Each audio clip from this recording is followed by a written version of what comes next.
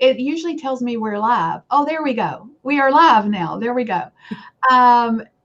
The intricacies of live video. So welcome to today's show, guys. Super excited that you're here. We have been doing this whole Pinterest Palooza thing all week. If you've been here every day, you have been blessed, hopefully, with some nuggets that are going to help you grow your business using the power of Pinterest.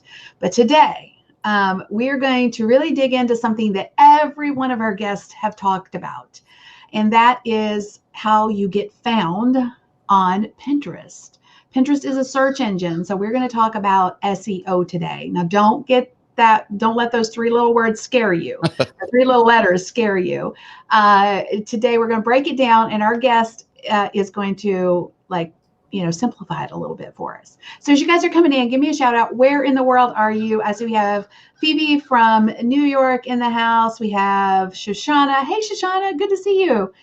Monica from Texas. Yay! I'm glad to see you, Monica. We have Holly.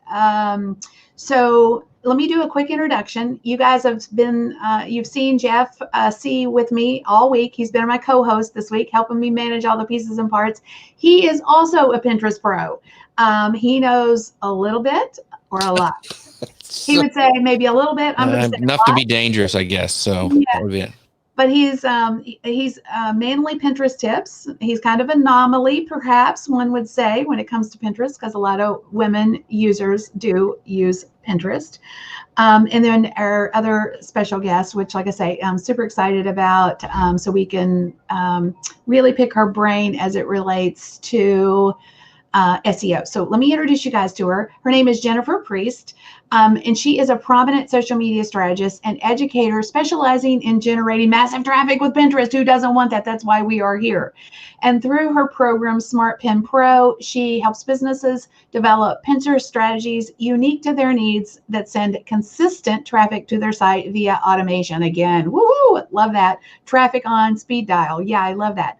Jennifer's experience as an Etsy shop owner, online course creator, lifestyle blogger, influencer, and content creator gives her a unique understanding of the challenges that we face as business owners trying to run our businesses.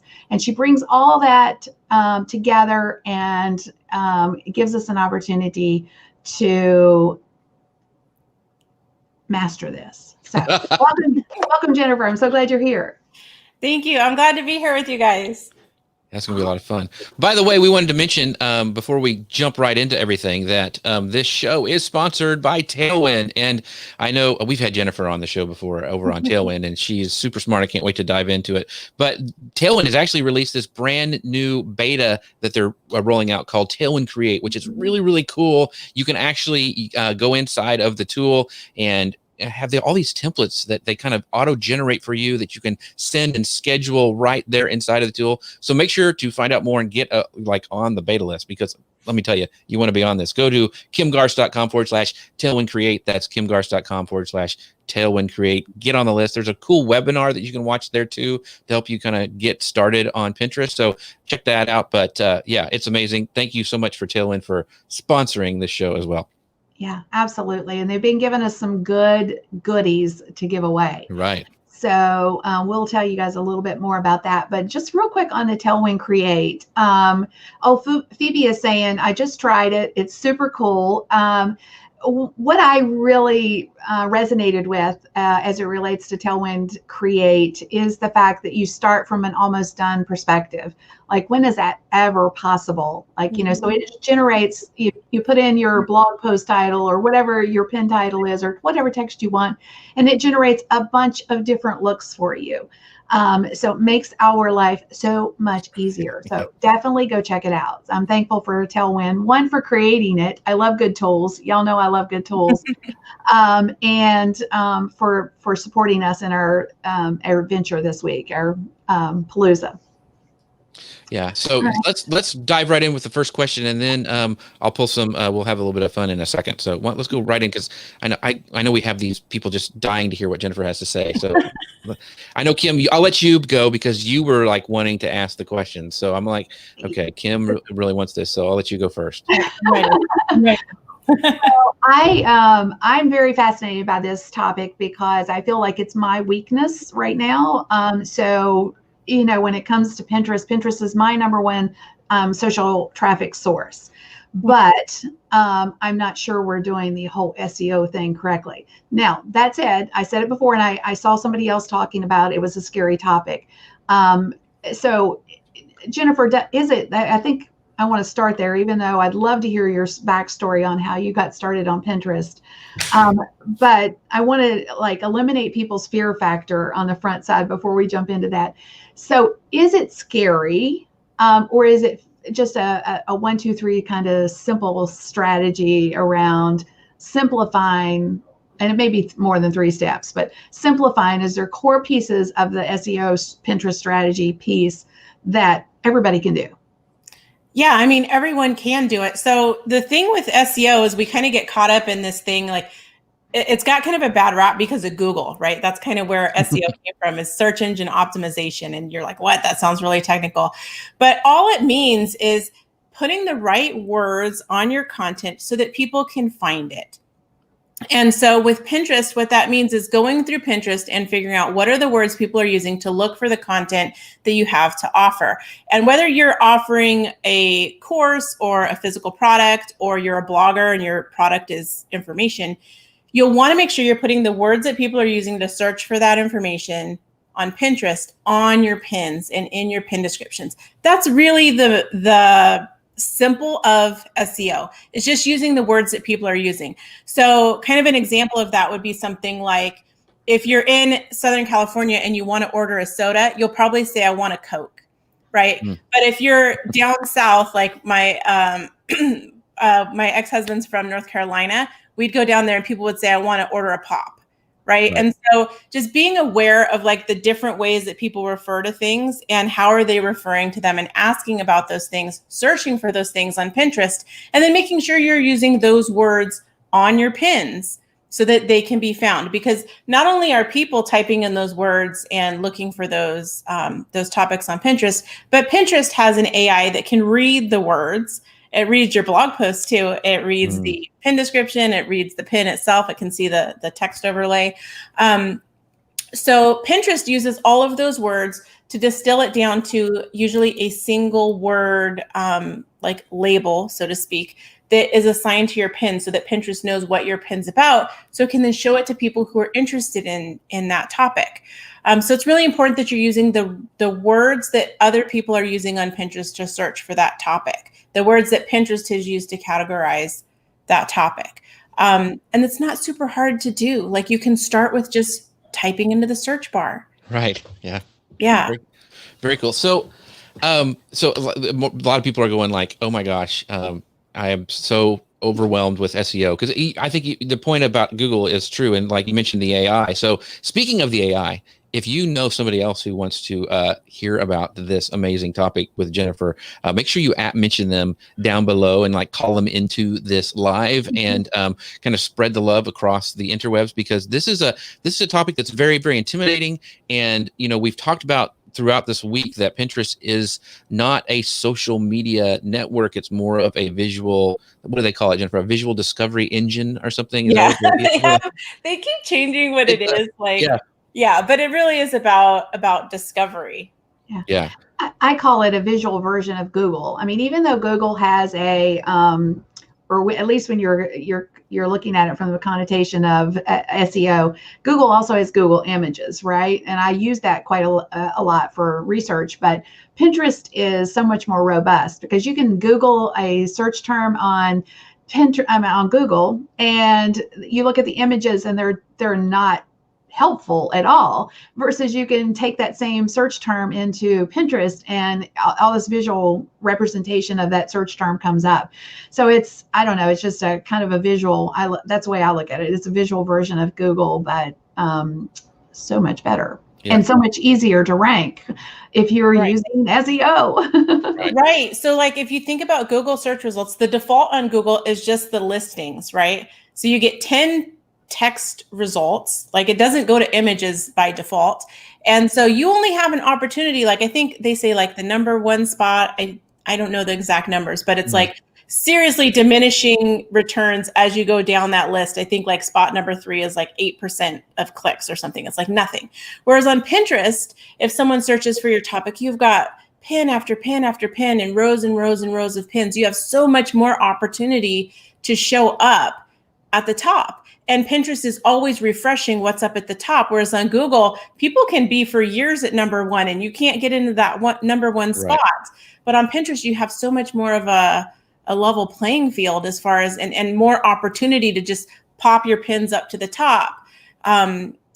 I just feel like it has just so much, it's so much easier to rank there than on Google. And I was following one SEO expert and he was saying that it takes at least 4 months for your content to rank on Google. And I was like, oh my gosh, that's forever, because I'm so used to being so fast on Pinterest. Mm-hmm. Well, that begs a great question. Like if you just pin something and you've optimized it pretty nicely, and we'll dig into this a little bit more, but I'm just curious about this. If you've used some good key phrases, how long does it take to get some juice from a pin on Pinterest? So Pinterest will crawl the URL that pin is linked to within the first 24 hours. And I do want to take a little bit of a step back. People will say, how come you know this? I don't have, a secret like red Pinterest phone where I can call Pinterest and be like, tell me the secrets. I don't do that. I go to the same places that every single one of you can go to get this information. I read the Pinterest engineering blog. I look at the Pinterest business blog. I look at Pinterest help, and I read through that stuff and get this information. So it's not stuff that I just have, the secret red phone line to Pinterest. You want to, now I just lost my whole train of thought because I was distracted by Jeff giggling. Oh, sorry. It was funny. I was thinking of the bat phone to Pinterest. That's great. And we want bat phones too. And Michelle wants a Pinterest bat phone. Oh my gosh, I love Michelle. All agree we want the Pinterest bat phone. But I think you were just talking about how quickly Pinterest, goes, indexes it, or whatever phrase it is that Pinterest uses. Yeah, so they will crawl your site in the first 24 hours that URL hits Pinterest. Now, a lot of people right now are saying, oh, only old pins are doing well on Pinterest. That's just because those are indexed and Pinterest has a lot of data about what those pins are about, right? Because every time somebody saves a pin to a board, Pinterest uses that data about, what's the board? What's the description on the board? What keywords are on the board? They use all of that data to then further refine and classify that pin. And so a pin that's 3 years old is going to have a lot more data than the pin that you pinned 3 hours ago. So that's why it might seem like old pins are doing well and you've got to let it simmer for a long time. I've had pins take off within hours, and I've had other pins where they're just totally duds. And I've had other pins where they've taken, a couple years and then all of a sudden they're doing really well.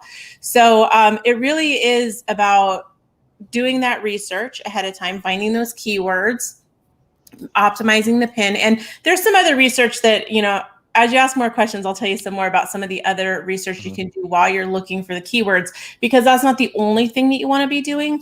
But you'll do that optimization. And as you continue to do that and create more fresh pins and publish those to Pinterest, you'll be refining which words are going to work well. Right? Which words work well to help people discover that piece of content. And as you keep doing that, your results will come faster and faster. Gotcha.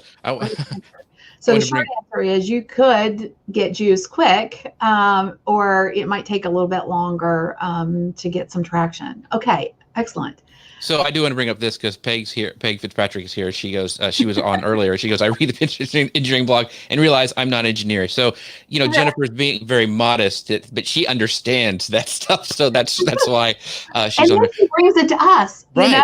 That's great. But we forgot, Kim, this is a party and it's a palooza. So I think palooza is what, Latin for party? I don't know. But yeah. So we give away these prizes, and we forgot at the beginning of the show we start our questions, and we do these prizes, and the first one is a $15 Amazon gift card, but we have questions that we asked you guys, and the way you win is you put the hashtag pin it to win it and then your answer, so that way we can find them real easy. Our super awesome Rhonda is in the background grabbing all of those and randomly picking them, so that's how you win. So pin it to win it's the hashtag and then your answer. So the first question is What is the biggest roadblock on using Pinterest for your business? So what are you struggling with the most on using Pinterest for your business? Put the hashtag pin it to win it, then your answer, and then you could win maybe this very cool Amazon $15 gift card. So didn't want to forget to do that. So what's the biggest roadblock? Let us know down below. And I know, obviously, Jennifer, you are a Pinterest pro, but do you have like something that like you struggle with on Pinterest? I'm just curious. I mean, obviously it's your zone of genius, but we all have struggles. So I'd love to know if you have something that you struggle with.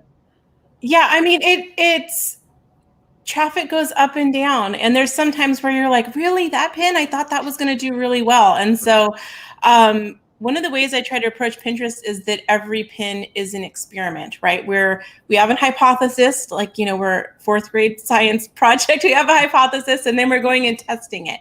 And so sometimes we don't get the results that we expect, or things will happen and you're like, geez, all my numbers are negative right now. Like, I was actually in Tailwind yesterday and there were some negative numbers and I was like, what's going on there? And so I think, one of the things that I've had to work on for a long time is to approach it from a place of curiosity and seeking the opportunity there, instead of going like, oh man, my numbers are down and this didn't work. And, and frustration is just kind of being like, why did they change that on there? Or why did that do that thing? But it is, and I'm a typically pretty positive and optimistic person. But there are times where they're changing things and I'll just be like, really? I'm like, I just made a video showing how to do that and now I have to change it. And so there are times I get a little frustrated because, especially right now, there's been a lot of changes on Pinterest where I kind of feel like I'm on like a boat and it's a little rocky and I'm just like, I just want to get a little bit more of a solid footing. So, I think we all have been there where we've gotten a little frustrated, or one thing that's happening right now, I mentioned that we use the search bar to do SEO research, to do keyword research on Pinterest.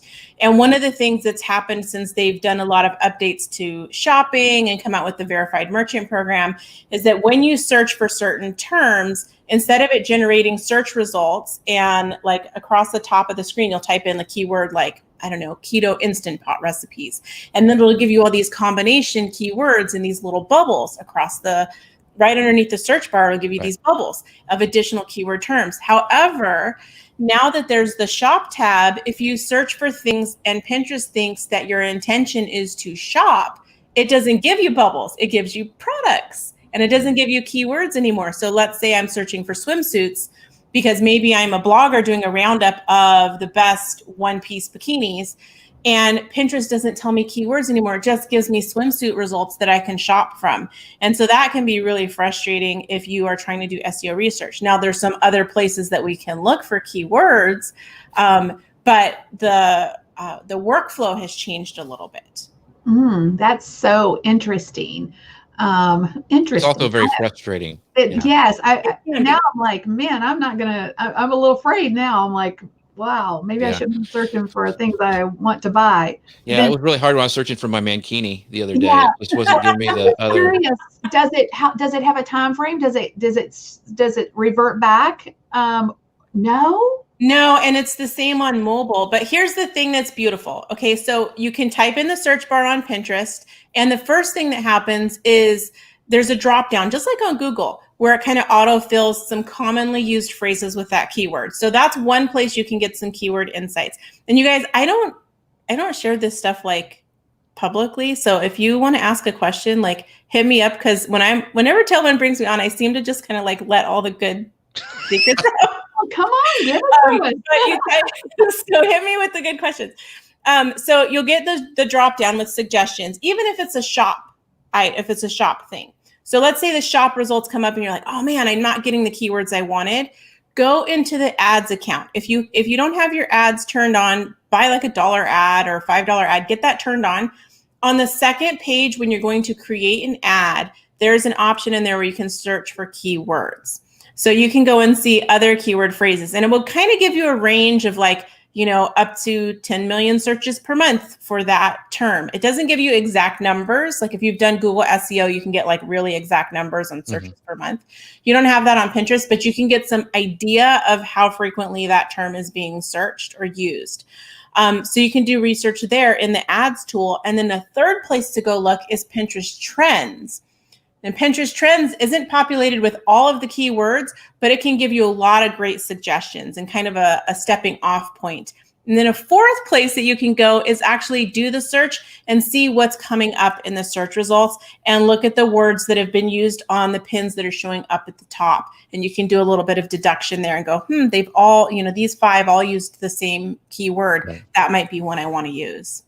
Ooh, I hope y'all caught that. So 4, I mean, that was kind of like off the cuff, like golden nuggets. Yeah, that's what we have Jennifer ask for.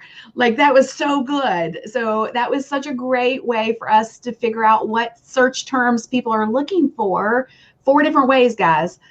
Try to avoid the bubbles, the shopping bubbles. But if you can't, just go into the ad tool and use that, or use it both. I mean, use both because you're going to get some more additional information. And then let's see. So that was 2 ways. Another way was to pull up search results on key phrases and look at other people's pins.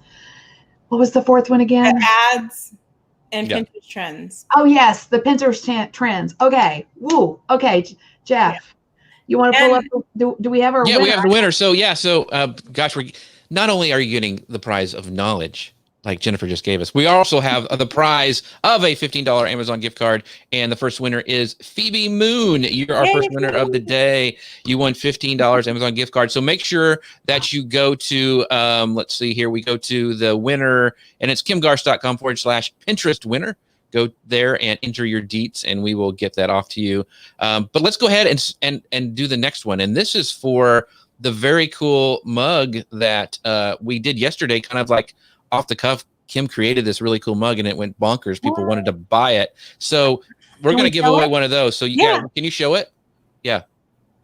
Pinterest. Oh, isn't this cute? That is super cute. Yeah, so we're going to give away that, but you have to answer another question. So the question, once again, it's pin it to win it, and then your answer, and we will randomly draw from those people to win that very, very cool mug that is pretty exclusive. I mean, we've only given one away, so I mean, it's like it's almost a one of a kind. I guess it's close. Two of a kind now.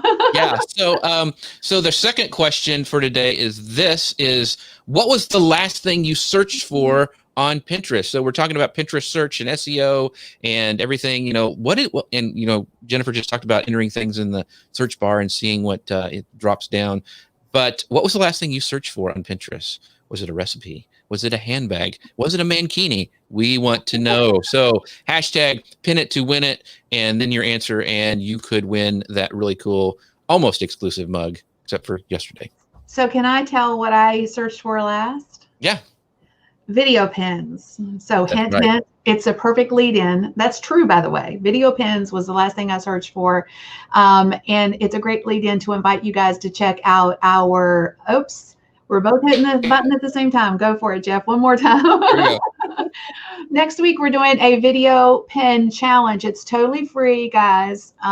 We're going to break it down in the morning. In other words, tell you the strategy, help you with something specific, list building, traffic to your website, whatever, designing those pins. And then in the evening hours, like 3 o'clock that afternoon, we're going to get back together and we're going to review those pins with you. So this is going to be a fabulous 5-day event. You don't want to miss it. Like I say, it's totally free to register. Just go to Pin to Profit Challenge. We'll be delivering the training inside of a Facebook group. We'll get you in the group, get you all set up. And next week, we're going to deliver the goodies. Don't miss out. Make sure you register. Yeah. So Jennifer, I have a question, because I know I asked this but I always like to get people's responses because I think it's really important. So what are the numbers that we need to track? Like when we're doing SEO, we're seeing what pins are working. You mentioned before how important it was to test. Every pin's an experiment. What numbers do we need to look at? Because, you have a business account on Pinterest, so you have access to the analytics. You also have you mentioned doing the little keyword thing with ads, and you have to have a business account for that. But what numbers should we be looking for? I'm sure I would love for you to talk a little bit about follower count, because that's always something that people freak out when their monthly views go down on Pinterest and all that. And I know you have some great thoughts on that. So yeah, what number should we track? Yeah, I really don't pay attention to my followers that much. I was actually looking there the other day, and on the account that I do a lot of testing on, it has 74,000 followers. And I was like, that just grew really fast all of a sudden. I think, some of those things are indicators of like, hey, you're kind of nailing it. Hey, you're doing things right. But Pinterest, as much as it has like social elements like followers and comments and things like that, the real function I feel like is search. And so if we go to what the real function is search, what is the result that we're looking to get from there? And I get a lot of people who will say like, oh, I want traffic from Pinterest. And I'm like, okay, but what does traffic like really, really mean? So, say, okay, I want clicks over from Pinterest. So I think there are some Pinterest analytics numbers that people need to pay attention to, but we were actually talking about this a little bit before the show, is being really clear on what the result is that you want, and then how are you going to measure that? So if you're saying, I want traffic, okay, well, traffic doesn't do anything for anybody's business. What does that really mean? Okay, I want to make money from ads on my blog, or I want to have people come into my sales funnel and purchase my course, or I want to have people purchase my swimsuits or whatever it is that you sell. So be really clear on like, that's the result that you want. And then all those other Pinterest numbers we measure against that.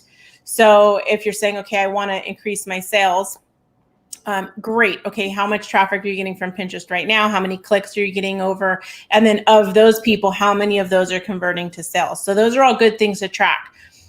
Impressions, which I think is what you're kind of hinting at, gets such a bad rap. And I think even in the past, I've been like, impressions is a number you don't need to follow. And people have said impressions is a vanity number. I don't think impressions is a vanity number. What impressions tells you, and this is that number where people will say like, I have 10 million monthly viewers, right? How many people are seeing your content? Really, it means how many people are seeing all the content you have ever pinned in your entire life in the last 30 days. So something you pinned 4 years ago, if anyone saw that in the last 30 days, that is counted in the number. Now that means across that whole screen of Pinterest, if we're looking at desktop, all the tiles, right? Your pin showed up somewhere. So someone could be looking at this side of the screen and your pin's over here. It doesn't mean they actually saw it. But what impressions can mean is it can be an indicator of the health of your content, of the health of your account. If you're nailing it as far as your keywords and your SEO, that means Pinterest is showing your content to a lot of people. And so we want to see high impressions. We want to see that Pinterest is showing our content to a lot of people. Now, if those impressions are really high, but then our clicks and our saves are really low, what that means is Pinterest is showing it to people and it's not connecting, right? What we want people to do is save that pin. And then the next bigger indicator is we want them to click on the pin and come visit our site, right? And then they can get on our email list. We can pixel them with our Facebook pixel and hit them with some ads. Like we can do all kinds of things once they're on our site. We really need to get them over to our site. So while clicks are really important, we can also look at impressions. And so if your pins are showing up to a lot of people, then that means you're nailing the key. That could mean, okay, this isn't definitive, the only thing it means, but it could mean, and I see this a lot with people, it could mean you're nailing the keywords, you're getting it on the right boards, but when it's being shown to people visually, it is not capturing their attention and you are not communicating to the human, hey, this is what you're going to get here. Hey, you should click on this thing because I have what you're looking for. We're not communicating that well. So we've got two audiences on Pinterest. We've got the machine of Pinterest, right? That's reading our keywords, it's reading the image, it's reading our blog posts or our website or whatever we have that we're sending people to. But then we have the person who looks at the image and is like, this apple pie is more appetizing than that apple pie. So we've got to balance those things. We've got to make sure that we've got things on our pins like calls to action that say, what makes this remarkable? So for example, Instant Pot recipes, right? So you can go on Pinterest, you can find lots of Instant Pot recipes, but I want to know the one that I can do in 10 minutes. I want to know the one that's for a beginner. I want to know the one I can do with 3 ingredients, right? I want to know the one that gives me perfect foolproof results. So those are things that you can put on your pin that aren't necessarily SEO things, but you've done all the SEO, all the optimization with the keywords, and then now you're not telling people what makes this Instant Pot recipe different from the 40 other ones I'm looking at on the same page. And so I think it's important for us to do that, like call outs on the pin itself, within the text. Because remember, we're writing for the machine, but we're also writing for humans. And how do we make that pin stand out to the human that's seeing, 45 recipes for mac and cheese? What makes your mac and cheese recipe the most amazingest ever? Put that on the pin. That was such a great explanation in the context of what could happen if your SEO is great and Pinterest loves it. They're showing your content, but the people are not resonating with whatever your pin looks like. I never even considered that before. So that's amazing. I'm like, oh. So we do have a winner for our custom mug. So let's go ahead and bring that up. We have some really great questions. Yeah, we do. I'd like to pull in one or two of those too. So go ahead and let's announce the winner. Yeah, so congrats. Nancy Summers, you won the custom design Pinterest mug. And like we said, it's exclusive, so we'll give away so I think some more of those but tomorrow. But the thing is we can't sell them. That's the problem. These are exclusive, so you have to get them. Well, we wanted exclusivity. We wanted you guys to win them to have something special. And that's right. So I do ask, though, when you get them, to take a picture and put it on social and tell people about it, okay? Yeah. So let's go ahead and do the other another prize, and I think we are actually going for this time. We're going to go for Tailwind has a really cool mug. So Tailwind has a mug that they give out that's really, I don't even have one. So and it's super cool. It's not like your standard mug. It's super cool. So the question to win is this. Let's see. Make sure I pull up the right one. Would you rather be a better Pinterest designer or a better Pinterest copywriter? Because we've talked about like text overlays, and we're talking about SEO today. Would you be a better Pinterest designer, like create great images, or a better Pinterest copywriter? Make sure you put the hashtag pin it to win it and your answer, and you could win this Tailwind mug. So that's I would love to know, Jennifer, what would you rather be, designer or copywriter? Because you're probably good at both, but what would you want to up level on? I'd rather be a better search engine optimizer.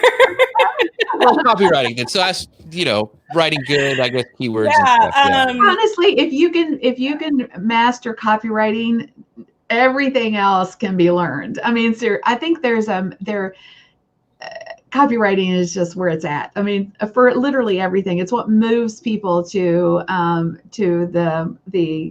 sell, I think, or anything where we're wanting them to do something specific. Having magic words or the ability to say the right words matters. So I see a lot of people saying copywriter. Some are saying designer. I would have to say I would rather be I would like to have the magic words. Right. Yeah, I mean, I think, one of the things that I teach in my program when we do keyword research is you're on there doing keyword research and you're looking at all of the results in the feed. This is the environment that you are competing in. And this ties back into Tailwind Create, because I think it could be really easy. And Tailwind also gives a lot of really great pin templates. I think it can be easy to design your pins going, I'm going to match my brand colors, or I'm going to match the colors of the pin, which Tailwind Create allows you to do really, really easily. It has tools that help you do that super fast.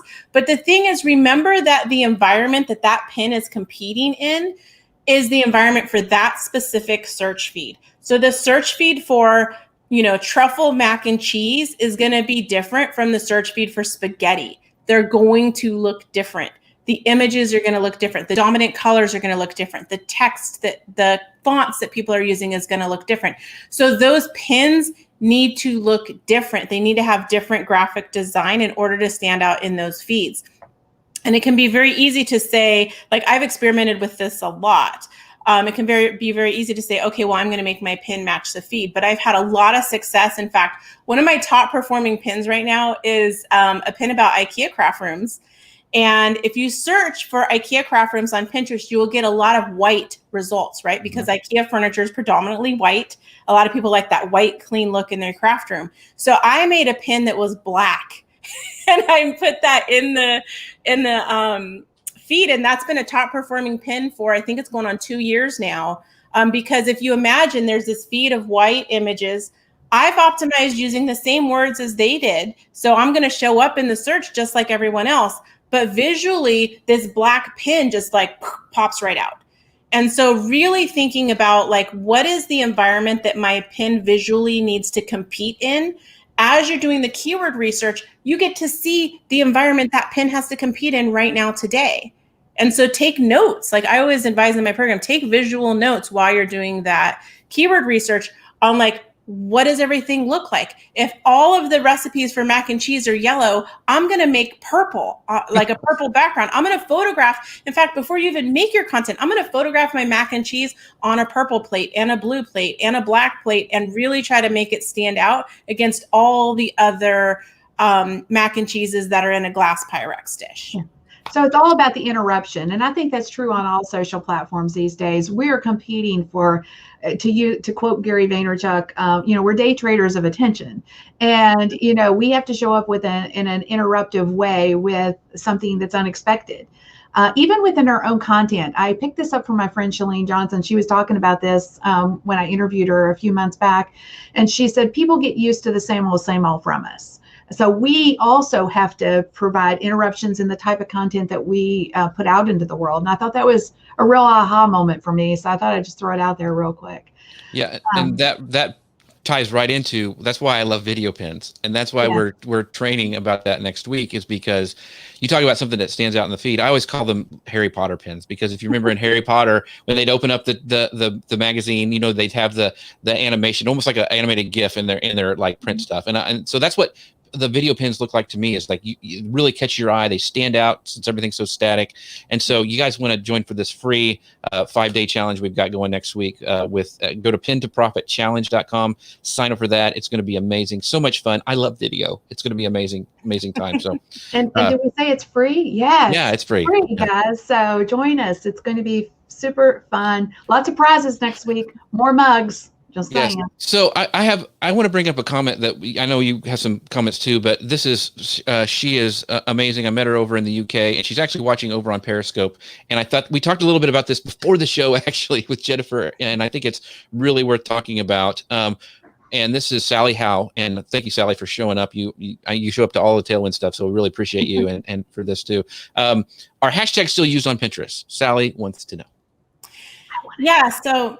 Yeah, this is something that's been really controversial. And back when Pinterest first put hashtags on, I was like a super duper proponent of them because I actually had a course at the time all about hashtags. So I felt like the universe like gave me a gift of like Pinterest has hashtags, and it was fabulous. The way that hashtags work on Pinterest has changed so much since then. And so a lot of people will say, oh, hashtags don't work. And in fact, there was a online event, I think last month or the month before, and someone from Pinterest was on, and everyone took at least not everyone, but at least a lot of the interpretations I've seen of what that Pinterest representative said was that they're like, hashtags are out. Hashtags really are just another way to indicate to Pinterest what that pin is about. So Pinterest hasn't said don't use hashtags. What's changed is that when you go into the search bar and you type in a hashtag, like let's say hashtag Instant Pot, for example, you're going to get the search results for Instant Pot, the keyword. Okay, so it's not going to be any different if you typed hashtag Instant Pot in versus you typed in Instant Pot. So what that means is that Pinterest is treating hashtags just like keywords. So before, the way that the hashtags worked is if I typed in hashtag Instant Pot, I would only get results that had hashtag Instant Pot on it. What they found is that people aren't on Pinterest searching for hashtags. Like on Instagram, we know to do that. On Twitter, we know to do that. But it doesn't work that way on Pinterest. And Pinterest has taken away the ability on a lot of browsers where you could click the hashtag and then it would generate search results. That just doesn't happen anymore. That said, you can still get results from hashtags. And so if you're wondering, like, should I use hashtags or should I not use hashtags? My biggest thing to you is to test it. Like we have tests running for 3 years now. We've been testing hashtags on Pinterest using UTM codes. And so I can go right into Google Analytics and see this is what the traffic looks like over time from pins with hashtags, and this is what the traffic looks like over time from pins without hashtags. And I can go and see which pins are sending me traffic. Do they have hashtags? Do they not have hashtags? So we still use a combination. Some pins descriptions we have hashtags, and other ones we don't. I don't think that the hashtags are out, because Pinterest hasn't said on the platform, don't use hashtags, right? They haven't said that anywhere in the help section or anywhere. But the way that hashtags work has absolutely changed. So even if you're taking advice from like a blog post or a podcast or something you watched 6 months ago about hashtags, the way they work has changed. So just understanding that and really seeing them as another keyword indicator. You can put your keywords in the pin name, or it used to be called the title, now it's called the name. You can put it in the description, you can put it in the text overlay, and guess what? The hashtag is another place you can put the keyword. So it's kind of like, hey, Pinterest, if you didn't get what my pin is about from all these other places, I'm going to put hashtag Instant Pot on there. Again, is it like the cure-all that's going to like, the magic sauce? No. So if you're wanting to test it, use UTM codes. This pin had hashtags, this one didn't, and track it in your Google Analytics. Do you recommend like a certain number of hashtags? Not like Instagram where you can put like 25 or whatever. 30, How many? yeah. 30. Yeah, 30. Yeah. Not on Pinterest. I'm saying on Instagram, you can put up to 30. So no. And again, that's the thing is like, so interesting. This actually is something from Instagram. What I found is that people would say, okay, only 5 hashtags works. And that's the best. What I found is when people are starting to come up with hashtags, they start really narrow and really focused, right? And this is the same with keyword research as well. So I love to talk about chicken tacos. That's one of my examples I love. So if you are doing a pin about chicken tacos, right? And you are like, okay, I'm going to do hashtag chicken. I'm going to do hashtag tacos. I'm going to do hashtag Mexican food. And notice as I'm coming up with more ideas, I'm getting further and further and further from the nugget of what it really is, right? Now I'm going to do hashtag 30-minute recipe. And I'm going to do hashtag like, I don't know, corn tortilla. And then you just start to kind of get really vague. And so the key is to really only use hashtags that are really, really, really relevant to that pin. So maybe I only have 2 hashtags that are really relevant to chicken tacos, right? Because if I start getting really out there and I got Mexican food recipe and I'm like, well, it could be a party food and it could be for Cinco de Mayo. And now I just start being like really random. So keep it focused. It's not about the number of hashtags. It's about the hashtags that are most relevant to that content. Such a great explanation of that. One last follow-up question, I promise. What about branded hashtags, like hashtag mainlypinteresttips.com, hashtag Kim Garst? With the changes, are those still worth doing? Would you use up one of your hashtag spots for that? Or would you rather go with like a real keyword on Pinterest? I love that you asked about this. So branded hashtags, like there's no limit to the number of hashtags you can use on your Pinterest description other than the character limit in the description. Now, that said, you don't want to just have your whole description be like hashtags because immediately people are like, ew, spammy, right? It just kind of gives them like an icky feeling and you're not communicating with people anymore, right? You're just like, I'm just going to keyword stuff. Basically, you're hashtag stuffing. So branded hashtags used to function really, really differently on Pinterest. And the one thing that I found them useful for today, and again, I hope this is just a temporary problem. The one thing I found them useful for is finding your stolen content. So if you have a popular topic, there are people that will steal your content on Pinterest. They use a bot. Usually they use a bot and they scrape your image, they scrape your description, and then they plop it on their own account with their link to something like super not related. And so if you want to spend time, I don't like spending time doing this, but if you wanted to spend time trying to find your stolen stuff, you could put your branded hashtag on all your pin descriptions. And now that's automatically in the description that they've scraped. And so then it just makes it a little easier to find it. So if I typed in hashtag, Jennifer Priest and all my stuff had that on it, it would just make it easier for me to find that stolen content. That said, ROI for like what I'm going to invest my time in, I would probably spend more time like creating new fresh pins and new pins and doing keyword research and using Tailwind Create to make more pins than I would like fiddling around with stolen pins. But again, it's something where you have to say, what is the ROI and is it worth the investment for me? But that's really the only value I see to branded hashtags today. Awesome. Yeah, great. Well, I guess for the most part, like me, I can't chase the stolen content. That's their karma. That's the way I look at it. Yeah. But I have a really, I'm just curious. Yesterday we got a lot of questions around, and I think this is relevant for people who may have a Pinterest account, haven't used it in a long time, or didn't use it correctly out the gate. So now they're circling back and saying, oh my gosh, I've got all this content that's not relevant to my business. And is there ever a point where you just need to say, ditch that and start from scratch?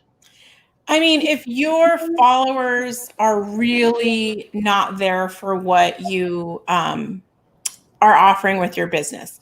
So let's say that you had a personal account and it was all about nail art and beauty products. And then your business is like, I don't know, motorcycles. Right? Like it's super not related. Those people who are following you for nail art and makeup tutorials are not going to want your motorcycle content. So if it's super disparate, there's no overlap at all in those audiences, I would say maybe go start a new account. But if there is some overlap, let's say that you have recipes and travel and home decor and you decide to become a lifestyle blogger and all that stuff are things that your audience for your business would be interested in, then just do some cleanup. You can just go through and do an account audit, make secret those boards that you're not going to use for your business. You can archive boards so that they still have all the followers intact. They still have all the content intact. They're just not showing publicly. You can move content around and everything that belonged to somebody else, you can move that to an archived or secret board and keep only your stuff on the public boards. There's some cleanup you can do to keep that intact. I think the biggest thing is to say, and Pinterest has mentioned this idea of intent a lot recently, in the last year. What would the intent of those followers be? What are they expecting? So that when your new content starts showing up, it would be something they would be interested in. Okay. So I've heard this said before too, not to delete your content, and you just kind of laid out some options. So if you've got a board, an existing board, and, there's some stuff in there that's other people's stuff, or, when you move it from one board to another, if you archive something, that's technically not deleting it. So does that mean you still keep your juice? You've gotten some value from that in the past. Just because it's archived doesn't mean that Pinterest no longer. I know other people can't see it, but does Pinterest take away that value proposition, followers who are following that board and stuff like that? What does it mean when you archive? The followers are still there as far as I know. This is one of those things where it's you can always go to Pinterest help and find out the specs on something, right? Mm-hmm. So I don't memorize all of the minutia. I literally, if I'm going to go do something, I will go to Pinterest help and be what are they saying right now is working? Or what are they saying right now is about this thing? So as far as I understand right now, when you archive a board, all the content is still there, right? It's not gone. So it still has its juice. And the followers are still there. If you make a board secret, the followers are gone. Okay, so the only boards I would make secret are ones that you're I'm never using this again. And or it's really just for my personal stuff and my personal interest, and nothing from my business is on there. So if you're going to make a board secret, and you have content from your business on there, I would move that content to a public facing board, a different board, before you make that secret. So for example, right, if I had a board about nail art and I have nothing about nail art on my site and I'm never talking about that on my business, it's a purely personal board. If I had anything that went to my business on that board, I'd move it off and then I would make that board secret, knowing that I lose the followers because those people following that board are following it because they want nail art, and I don't offer that. So I'm okay losing the followers in that instant. As far as deleting pins, I don't do that. It's just, again, that ROI. Yes, you can delete pins. Yes, you can delete boards. You will lose the followers from that board. You will lose whatever juice was on that pin. If it's not your content, not a big deal, right? Because if you don't offer that thing, then you're attracting people with something you don't even offer. But if you can preserve that board and repurpose it and keep those followers and repurpose it for something in your business that's very similar to what the topic was originally, so that those people don't feel like, what, why is this in my feed? Right? Because we don't want to have that. We don't want to have that reaction, right? We don't want people to be like, I followed makeup tutorials and all of a sudden there's like all these like mufflers in my feed. I don't know what that is. Right? So we don't want that. As long as it's similar, repurpose that board to what you're doing in your business, clean up all the old stuff, like archive it, move it off of there, and have it be the picture of what you offer. Now, I know that you have had other experts on here who've said like pinning other people's pins is a good idea. There's a lot of different ways to do things. For me, I just found that like for the ROI that I'm going to get, for the time investment, it's not worth it for me to pin a lot of other people's content.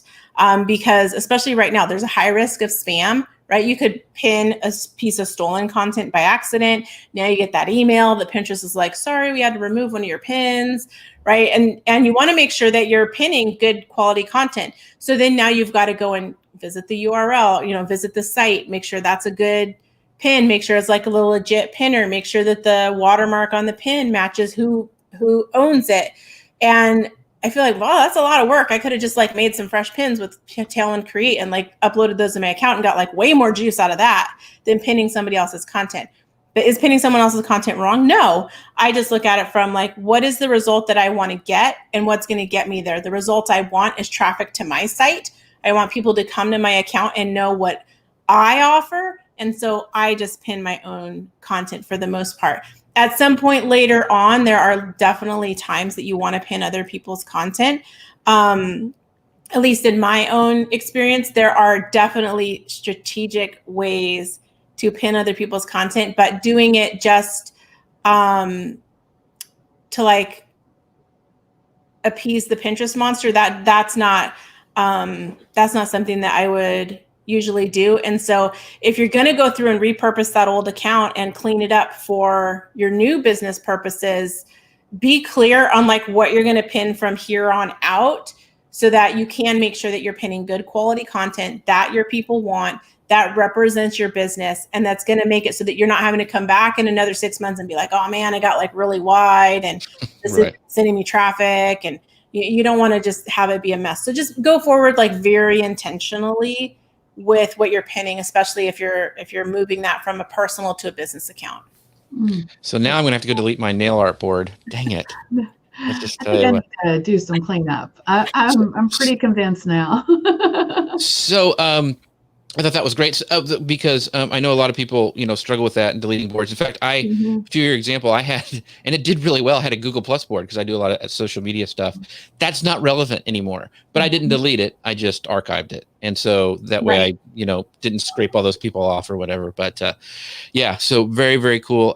So we're coming to the end of the show. We got about 10 minutes left, but we have time for one more prize, our final $15 Amazon card, and we have one more question for you guys to have a chance to win this. And so the question is, remember, it's hashtag pin it to win it, then your answer, and it is, oh, I already done that one. Sorry, where is it? Oh, that one too. Here it is. Okay, if you could get $100K free, $10,000 free to use on ads on Pinterest, and you could only advertise one pin or product, what would it be? So what would be your pin or your product?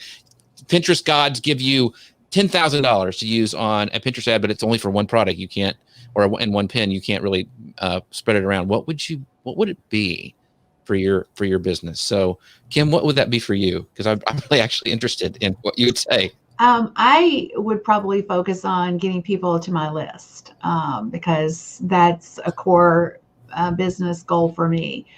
And when I bring people into my list, I hate this term, but it drops them into a funnel, which ultimately leads them to something that I'm selling. So I know that sounds a little, like I'm putting people through the churn, but yeah, I think I would definitely go for my list so that I can build my list up. What about you, Jennifer? What would be your one? I mean, I love that what Kim said, because like one of the things I would definitely send them to something that gets them into my funnel and warms them up. And the reason for that, like a lot of people, I don't know, even this idea that we don't like the funnel. It's like people are coming over from Pinterest. You just got this traffic. Now you're paying $10,000 for it, right? That's awesome. You just got this traffic. And then it's like, then they leave? No. I'm like, hey, if you liked my stuff, come on over here and sign up on my list. And then let's keep this conversation going. Right. And so I think that's the perfect thing. Like we'll get a lot of people who come in and who are like, I'm getting all this traffic from Pinterest, but I'm not making any sales and I want to make more money. And I'm like, okay, well, where are you sending them? And they're like, I sent them to a blog post. I'm like, okay, well, where do they go from there? Nowhere. I'm like, what? No, you need like an opt-in.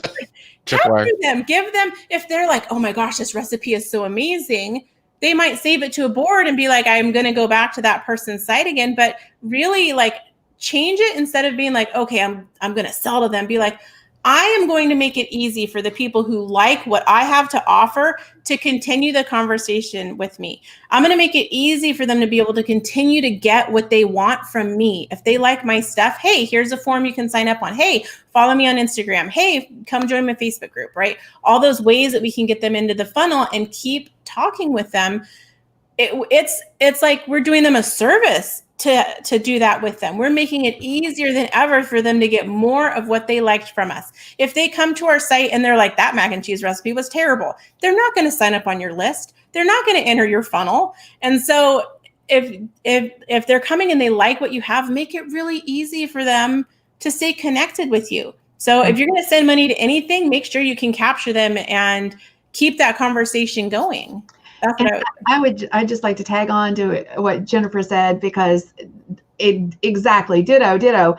But I think you're wasting your time and your energy if you're driving traffic from Pinterest and you don't have a way to capture those people.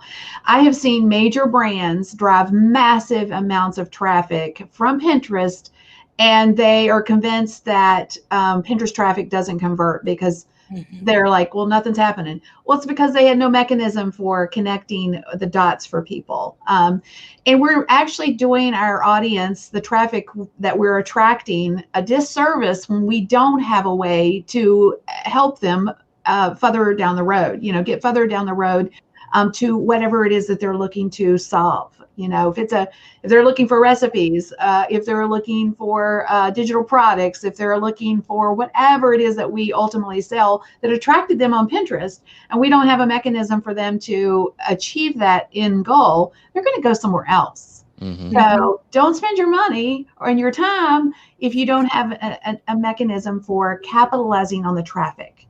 So I was going to say shameless plug.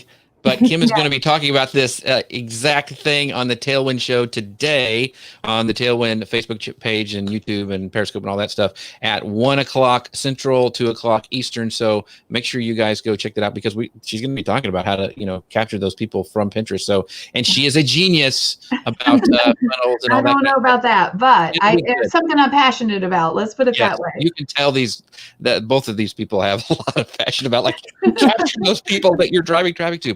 So we've got some great answers on what people, if they had $10,000 to spend on Pinterest ad, what they'd use. Tina says she would use it on her CBD honey sticks, pops, and teas. Recipes to opt in. That's a good one. A dog breed stationery by Donna. And this is interesting. That. Debbie is very specific. She would do it to her best performing pin, which is how to clean your dog's ears at home. I thought that was cool because it's very specific.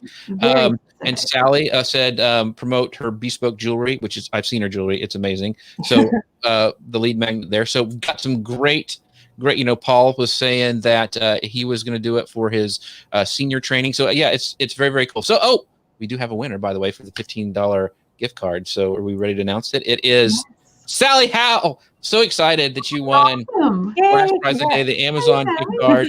$15. Thank you so much for all you guys' questions and answers today. But we want to make sure Jennifer has enough time to tell us. I mean, as you can tell, she is one of my favorite Pinterest people out there, and she is one of my faves too. Yeah, she's super smart. So you want to make sure you follow her everywhere. But Jennifer, where's the best place that people can find out about you? Just go to smartpin.pro and you can visit me there, or at smartcreativesocial.com, and all my socials are on my website, and we can connect there.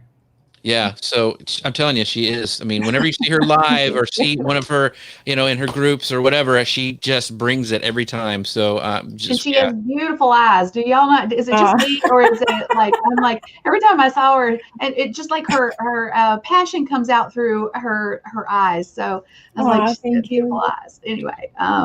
Yeah, and don't forget about a couple things that are coming up. We want to make sure that you do sign up for our Pin to Profit Challenge. We're talking about, search and how to, making thumb-stopping content. Well, I think that video pins are one of the best ways to have thumb-stopping content, as Kim always says. So go to pintoprofitchallenge.com and sign up. Sign up today. It's totally free. It's going to be awesome.